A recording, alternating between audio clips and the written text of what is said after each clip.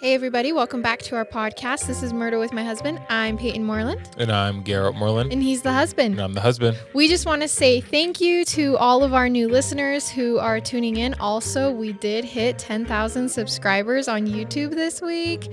And that was it was a pretty big deal for Garrett and I. Yeah, we were pretty excited. We were recording ourselves when we hit it. We were excited. Also, if you are listening on podcasts, please subscribe and leave us a review. It helps us out so much. And if you're tuning in on YouTube, please also subscribe, leave a comment, and turn on notifications so that you can be notified every single time we upload a video. Okay, Garrett, what are your 10 seconds? My 10 seconds for this week? Well, our anniversary is on the 19th. That's true. 4 years married. Together. We know it all. Just kidding. Oh, yeah. Together close to 6? Yep, close to 6. Actually, these 10 seconds have been really fun. We posted a picture of Garrett using his new grill because the saga went on for so long and a lot of you were really asking to see it. And so we posted a picture of it and that was fun. So we will update you with our lawn, a picture of our grass next to see how that ends. Not looking very good. Still. Yeah, still. Okay. Our case today was requested by Colby. So thank you, Colby, for sending this in. And our case sources are a 48 Hours episode called One of Their Own, CBSnews.com, FilmDaily.co, VanityFair.com, and TheCinemaholic.com. Our case begins in Los Angeles, California in February of 1986. A young Scandinavian descent woman named Sherri Rasmussen was working as a nursing administrator. Sherri became a nurse at the young age of 20.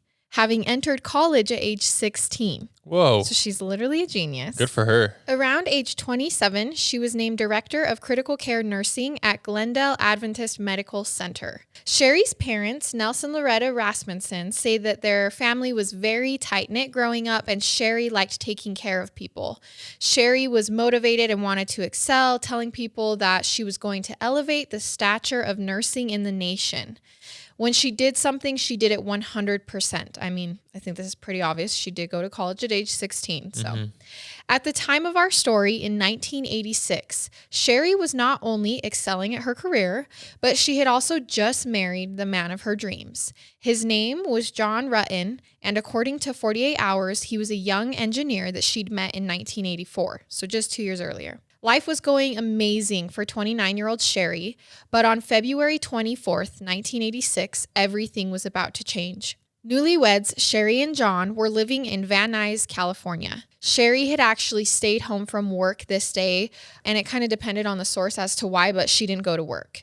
So when John came home from work around 6 p.m. after running some errands and after having his calls to home go unanswered all day, he was in horror as he entered the house to come across a bloodied and beaten Sherri. Whoa. Dead from what appeared to be multiple gunshot wounds to the chest, 2 in the upper torso and a 3rd to the abdomen. So he just came home to see his wife and she was dead. She had stayed home that day. He had been calling. She wasn't answering. He came home. She's bloodied. She's been beaten up and shot and she's dead in their living room. What? Okay. John had noticed when he'd come home that the garage door was open, which they didn't leave open, and Sherri's BMW that he had bought her for an engagement present was missing. Her body was on the living room floor and the sliding glass door of their Balboa townhome was shattered. Sherri was on her back on the living room rug, barefoot and still in her red bathrobe, according to Vanity Fair. There appeared to be signs of a struggle in the home. The vase was knocked over, chairs were overturned. It looks as if the last 2 gunshots had been fired through a quilt in order to quiet them. So was she not going to work because she wasn't going to work or because something happened to her? Like I said, the sources varied. She woke up that morning. Some sources said that she just didn't want to.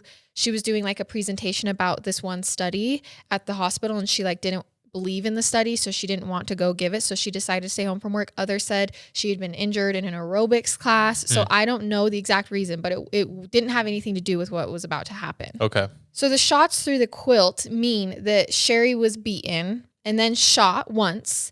And then once she was incapacitated, someone grabbed the quilt and finished the job. So they made sure she was dead by firing the last 2 through the quilt. And there was also what appeared to be a bite mark on the inside of Sherri's arm, like a hard one, enough that they were like, that's a bite mark. Yeah. LAPD began investigating the murder of Sherri Rasmussen. They didn't ask around much about Sherri's life, not her friends, her family. Did she have any enemies? So the investigation starts, and normally police would be like, hey, does she have any enemies, right? They don't ask her friends and family anything like that. Nothing about Sherri's actual life. They obviously immediately bring John in for questioning, and he seems to be in shock. He just showed up and his wife is dead. Police ruled out John rather quickly, who, after saying a couple words at a memorial for her, disappeared out of the investigation of his wife's murder and moved away from LA soon after. Okay, so he just moved. He moved out of LA. The investigation happens, the memorial happens, and he doesn't like follow up with the cops. Hey, do you have any news? Who killed her? Do you know what happened? He kind of backs off the investigation and ends up just moving out of LA. So people found it suspicious that he didn't stick around, obviously, and try to figure out who had done it. He wasn't advocating for her. He wasn't fighting to find who had murdered her. And Sherri's parents actually asked the lead detective on the case, Lyle Mayer, to look into new leads, to dig into Sherri and John's life, possibly coworkers, ex-lovers. Essentially, everyone in Sherri's life is trying to tell the cops, like, hey, can you look into this? Can you look into that? Have you asked around about this? And they're like, no, we can handle this. But they're not asking any of those questions, all the typical questions that we know are asked. So instead, police decide that Sherri had been shot in a burglary gone wrong. I wonder if the husband was scared. Like he's acting scared. You think? Kind of. But police are like, okay, this is just a burglary gone wrong. Mm-hmm. This has nothing to do with Sherri's life, nothing to do with John and Sherri's life. Like this, someone broke in. The freak accident and blah, blah, blah. Wrong time or wrong place, wrong time, right? So police conclude that 2 men had entered the house and were surprised by Sherri at some point, thinking nobody was home. And then they beat her and shot her. They came to this conclusion because they noticed that there were 2 electronics, a VCR player and a CD player, stacked on top of each other at the foot of the stairs. Almost as if they had been collected there and then something had been interrupted and they had shot Sherri and ran out and didn't take the thing. I was going to ask, was anything taken? Because the CD player and the VCR was not sitting there. Yeah, not DVD. First, when they said electronics, like, oh, DVD player. But then I was like, oh, wait, we're not there yet. Yeah. Obviously, this is indication enough. But the problem is the only thing that was actually missing from the house, what you just asked, was the car. Obviously, remember he showed up, her BMW was gone, but also the couple's wedding license, like the piece of paper, like, oh, you're allowed to get married. That was missing. And this wasn't fishy to cops at all? Like, oh, just the wedding license. Just the wedding license.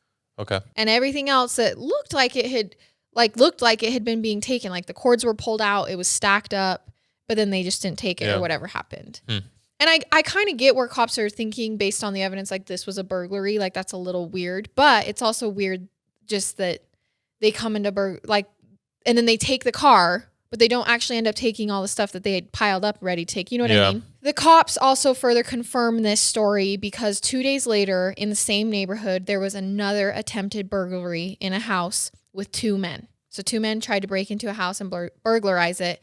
Then they ran away.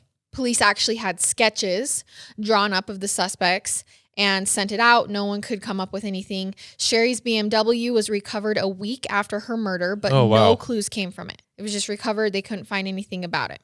A $10,000 reward was offered after fingerprints came back inconclusive in the home and in the car. And despite all the efforts, Sherri Rasmussen's case went cold. The suspects from the attempted burglaries were never found. The sketches, they were never found. It wasn't until the late 90s when DNA testing became more widely known, as we know, and used, that LAPD decided, like many other places, we're going to create a unit that just looks into cold cases since we now have all this new DNA testing. Yep. But in LA, there are many cold cases. And so Sherri's didn't actually get touched until 2004. Oh, wow. And this is when Jennifer Butterworth looked into the case. Jennifer found that the investigation had been rather small and that some of the evidence in the file had actually gone missing. There were videotaped interviews, like interrogations, that were missing. What? How? I don't know. Okay. But you know what was still in the file? the DNA collected from the bite mark on Sherri's body the day of the murder. So they had swabbed that bite mark and found someone else's DNA. Jennifer ran the DNA through the database. Obviously, this is taking time, and didn't find a match. But she was able to conclude that the DNA from the bite mark was female. Oh, but they said there was 2 guys that broke in. Mm-hmm. So Jennifer also, while going through the case file, found a note about a woman that Sherri had complained to friends and family about prior to her murder. So I was just going to ask, where's the husband in all of this? He's gone. Like, he's gone at this point. And is he like following up? No. What's he doing? He never follow. He doesn't. He's kind of like the silent piece of this case. Okay. Like you feel like he should be there. He should be involved. And throughout this whole time of it being a cold case and them starting to open it up, he's nowhere to be found. Just Sherri's parents, friends, family, stuff like that. Got it. Jennifer finds it. She's like, oh, Sherri had complained to friends and family about this woman harassing her. And then those friends and family had told police back when this investigation started, the day of Sherri's murder. Jennifer took the findings, the female bite mark, and the notes of like a possible suspect woman to her superior and said, hey, I found this. I don't think this was a burglary. It's an unsolved case. I think it was a woman. Like, she said there was someone harassing her and the DNA from the bite mark is from a woman. Can we please like reopen this and look into it? And the superior insisted, no, Sherri's death was from a burglary gone bad. There could have been a woman there with the 2 men. And despite the fact that they had no idea who had done it, the case was closed again. I'm so confused. Yeah, I'm confused. I bet you are. I guess I just don't get... Something's fishy. Something's fishy. This is now 2 times that this case has been looked at and the investigation has been brushed aside. Even amateur rookies like us know, okay, well, you should be asking about her life. You should be asking these questions. Jennifer put her findings back in the box and closed it up. They were not going to solve the case this time. And it went cold again until 2009 when Jim Nuttall and Pete Barba decided to review the case. They both immediately felt like the burglary theory was bogus. Nothing had been taken. How were they so sure it was a burglary? Jim and Pete, like Jennifer, felt like there had to be a connection between the female involved in the notes and the bite mark DNA evidence. So they went to work. They began testing and eliminating all female suspects until they narrowed it down to 1, the woman who Sherri had reported to have harassed her before the murder.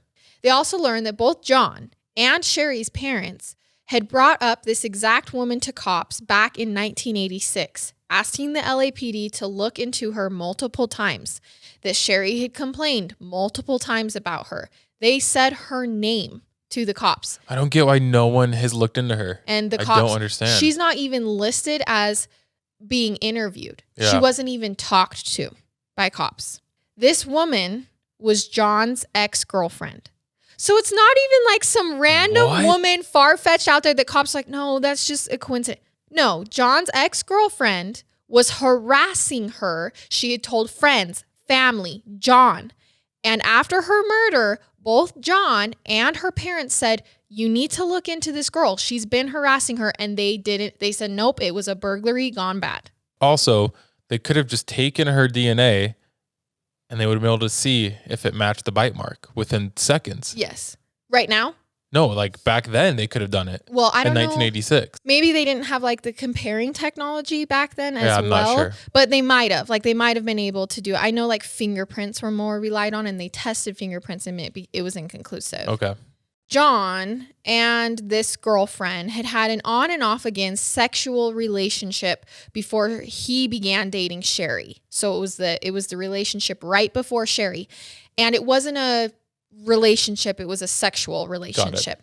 John had actually liked this girl, but the woman was too intense for him, doing things like stealing his clothes or taking pictures of him while he slept, like weird things. And he was like, hey, we're not even dating. So this is just weird. The woman wanted to exclusively date John, but he was dating around as he was seeing her. And it was around this time that John met Sherri and began to like her, and they began to be serious. So then this sexual relationship he was having with this ex, he kind of just said, never mind, I'm getting in a serious relationship now. This woman obviously found out about this new girl and went over to John's home to talk to him about it, and they ended up sleeping together. So he was exclusively seeing Sherri. Oh, whoa, okay. And he slept with but his they weren't old married girl. yet. They weren't married Not yet. that it matter. I'm just timeline-wise. You're just timeline-wise. Mm-hmm. This was the last time that John says that he would sleep with her. But there are rumors that it did actually happen again after the marriage. Okay. But I couldn't find like a clear source on that. So we'll just leave it at that.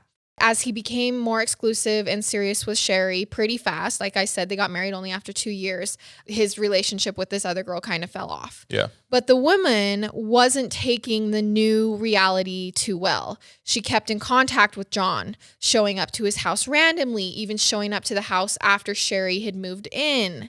After they had been married, she even showed up to Sherri's workplace after her and John were married and told her that, if I can't have John, no one can. She was totally being stalked by her then. Stalking her, harassing her, showing up to her workplace. What did the husband say in all this? Like, hey, your ex-girlfriend's stalking me. I'm not sure, and this is hard because this is kind of like hearsay. It seemed like Sherri's parents felt as if John wasn't doing enough to close off that relationship with that woman. We don't know. Okay. Apparently, she showed up to the house early on saying, can you wax my skis?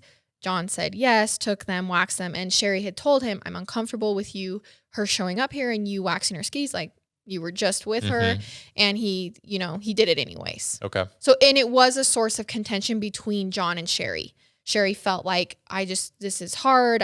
Does he like her? Is he still seeing her? She didn't know. Sherri told multiple people, friends and family, about John's ex-girlfriend, that she was showing up to places that Sherri was, stalking her, harassing her, even that at one point this woman would dress up like a man and follow her around in disguise, like around town. That's so weird. Like, you should be able to get a restraining order against that. And despite the police knowing all of this, right after she was murdered, John's ex-girlfriend was never looked into. I'm so confused why. There's got to be a reason. Let's hear it. Because this woman, John's ex-lover, was a cop. Holy crap. She was a detective. Well, now, at this point, caught up. She was a detective for the Los Angeles Police Department. But at the time of the murder, she was just a cop. So it all adds up. So that's why the superior said, no, this is over. And like everyone was like, no, They knew her name. They knew her name the day that Sherri was murdered. They knew her name. And said, no, we're not looking into her. No, we're not looking into her. Okay. So what happens? So when Jim and Pete were now caught up, new detectives, new people on this case, right, had eliminated all other females besides this female. She was a detective now. Her name's Stephanie Lazarus. And she was John's ex Got it. girlfriend, sexual relationship, whatever you want to call it, and was harassing Sherri. And the awkward part is Jim and Pete are like, okay, well, we've narrowed it down to her.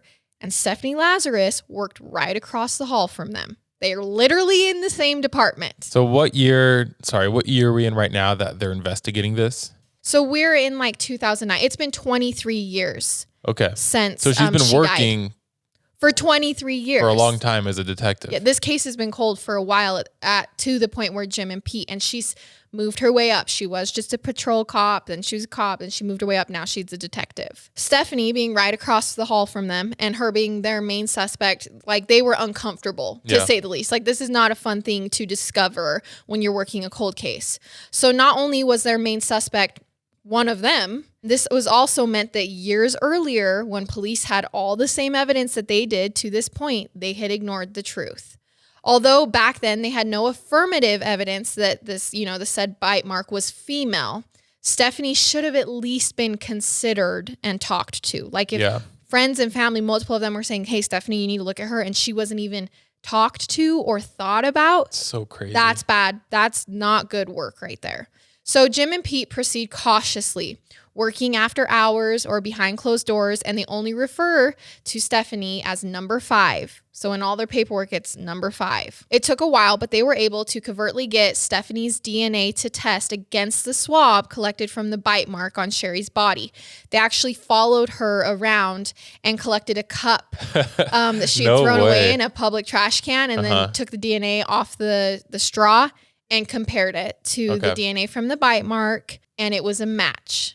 Detective Stephanie Lazarus had bit Sherri Rasmussen the day of her murder after months of stalking and harassing her. Okay. This evidence is hard to deny. It's hard to deny. You don't have a fresh bite mark with fresh DNA the day someone gets murdered after accusation after accusation of stalking and harassing and go, well, that's a pretty good suspect. Pete and Jim slowly begin letting people know about the match, finally making it up to their superiors and the LA DA's office because Stephanie would need to be arrested and charged, and she's one of their own. So are they going to just sweep it under the, how are they going to handle this? They brought Stephanie in for an interview. So how old is she at this point? 40s? Yes. Okay. She's older. I mean, it's been 23 years. So they tell Stephanie, they're like, hey, Steph, can you come down for an interview? We actually have a suspect here who knows something about what you've been working on. So we want you to talk to him. She's like, yeah, okay. So she goes down this interview that she thinks is for someone else. And they set it up in a place that she would have to surrender her gun to come into. You can't go into the interview rooms with your gun. Wow, okay. So, and they do that on purpose because they don't want her armed because she's the suspect. Detective Greg and Dan held the interrogation where Stephanie swore she knew nothing about Sherri's death. And I'm going to actually read an excerpt from Vanity Fair about this interrogation, word for word what was said. They go into the interview room and she sits down and they say, hey, so we've been assigned a case and there are some notes as far as your name being mentioned, your name gets brought up. And she says, okay. They say, do you know John Rutten? And they actually pronounce Rutten wrong. And so she goes, do you mean John Rutten? And they say, yes. And she goes, yeah, I went to school with him. Let's see. I went to UCLA, 1978 I started. And I met him at school in the dorms. They ask, were you guys friends, close friends? She says, yeah, we were close friends. I mean, what's this all about? The detectives say, it's a case we're working on that involves John. And in some of the things we've reviewed, there's also stuff that he kind of knew you. And some time goes on and then they ask, was there any kind of relationship or anything that developed between you guys? She said, yeah, I mean, we dated, what's all this about? And he's like, well, it's relating to his wife. She says, okay. They say, do you know her? She goes, no, not really. I mean, I knew they got married. Did you ever meet her? She says, I don't know. This whole interrogation goes on after this, and they're like, well, did you ever talk to her? And she's like, no, I never spoke to her, I don't think. And they're like, okay. Time goes on. They're like, well, we have multiple people saying you did talk to her. Actually, maybe I did talk to her. I think I did talk to her at the hospital. Maybe you went to the hospital to talk to her. Oh, I did think I go to the hospital at one point because I went to warn her that he was still talking to me while they were dating. But we know that's not what she said. So as this interrogation goes on, she's quickly escalating kind of digging her story. Herself in a hole too. Yeah. At this point, they already know that they have her DNA or that they have her match. But she has no idea. She has no idea. So Stephanie, who's a UCLA graduate, like you heard, had eventually actually married another detective. So at the time of this interview, she's married. During these 23 years, Stephanie had also survived thyroid cancer. She started a daycare program for LAPD officers, and she also had adopted a little girl. So she's now a mom. She's married. She's excelled to a detective status. Stephanie was arrested and charged with the murder of Sherri at this interrogation. Oh, wow. She actually got up to leave, and they were like, actually, you're getting arrested. After a trial and jury deliberation, Stephanie Lazarus was found guilty of first-degree murder. She was sentenced to 27 years to life in prison. Holy crap. She will be eligible for parole in 2034. Oh, that's far away. At the time of her sentencing, she was 52 years old, according to filmdaily.co. And her sentencing was in March of 2012. Wait, so how'd she kill her? So what happened? Went in saying not guilty. She hasn't said to this day what happened. So no one knows. No one knows. They drew up the conclusion, these new detectives drew up the conclusion that she went to the house knowing she was going to kill her. She walked in, attacked her, ended up shooting her, and then she's a cop. What gun did she use? So. Sorry, I'm bouncing all over, but now I'm thinking. But now you're putting it together. The gun that was used 2 weeks after the murder, Stephanie filed a complaint or that her gun wasn't working or something? Her gun was stolen. 2 weeks after Stephanie's murder. Holy crap. 2 weeks after Sherri's murder, Stephanie went to a different police station than what she worked for. A completely different county. and filed her gun missing. It wasn't her work gun, just a gun that she owned, said it got stolen. So they have no way to track, like that. It could be in the ocean for all they know at the time, 23 years later. But that gun that she said was stolen could have been used with the type of bullets that they found in Sherri. So it's completely possible that this gun was used. So they think Stephanie showed up, killed her, tried to stage it to look like a burglary, took the BMW, left, deserted it, and then just waited. Wow. The original detective that investigated this denies ever being told about Stephanie by John, friends, or family. So he's like, no one ever told me. The evidence that's missing, the tapes, the interrogation interview tapes of them telling about Stephanie. The official so no one knows. Ones. No, there's the missing evidence is the evidence of the official interrogations of them bringing Stephanie's name up. So obviously more people were involved. So they deny that there's a cover-up. They deny that happened, and no one has been charged for a cover-up because there's no evidence. All you have is the family going, no, we said multiple times. We called them, told them multiple times, look into Stephanie. Even after they said it was a burglary, they said, no, look into Stephanie. I can't believe how many people can kill someone and seem so normal. You know what I'm saying? Like, she killed someone, but then she adopted someone, she's living her life. And she still to this day denies it, as well as her team. Like her defense team says, no way, this was shady police work. Apparently the tube that the DNA was in had actually gotten left in the freezer in the coroner's office and not taken to the case file. And so it had kind of like gotten rusty on the edges, but it was still in the tube. But I mean, that's not good for an investigation. I can't imagine being Sherri's loved ones in this situation and feeling like you were right all along. They had been saying Stephanie all along and no one cared. No one was listening, at least the people who could do something about it. And then once evidence comes forward proving you right, hey, it was Stephanie, they still deny. No, you never told me. Like completely gaslight him. No, we never knew about that. John Rutten has been since this remarried and has stayed awfully distanced from everything. Like even though they found the killer and everything, he hasn't been involved. Sherri's family doesn't want the memory of Sherri to die. They've specified this in interviews. So take this time to remember her. Take a moment to think about her being the hardworking, confident, beautiful, kind, and intelligent woman that she was, that we're remembering Sherri. Her family doesn't want her memory to die. And that is the case of Sherri Rasmussen. Wow. That was crazy. Insane. Yeah. The whole time you're like, well, why? Well, yeah, she was a cop. But you guessed that pretty fast. I kind of think there was more people involved, and like you said, we'll never know. And we usually don't speculate things on the podcast, but it's just I do think it's a little weird that the friends and family and even John had mentioned, look into this girl. And no one did. She works for you. She's a cop, and she was never looked into. And then the tapes just vanished. Yeah. A little weird. But yeah, that is the story of Sherri Rasmussen. And any imagery that goes along with this will be on our social media. We just want to say thank you again for listening. We love you guys so much, and we will see you next week for another episode. I love it. And I hate it. Goodbye.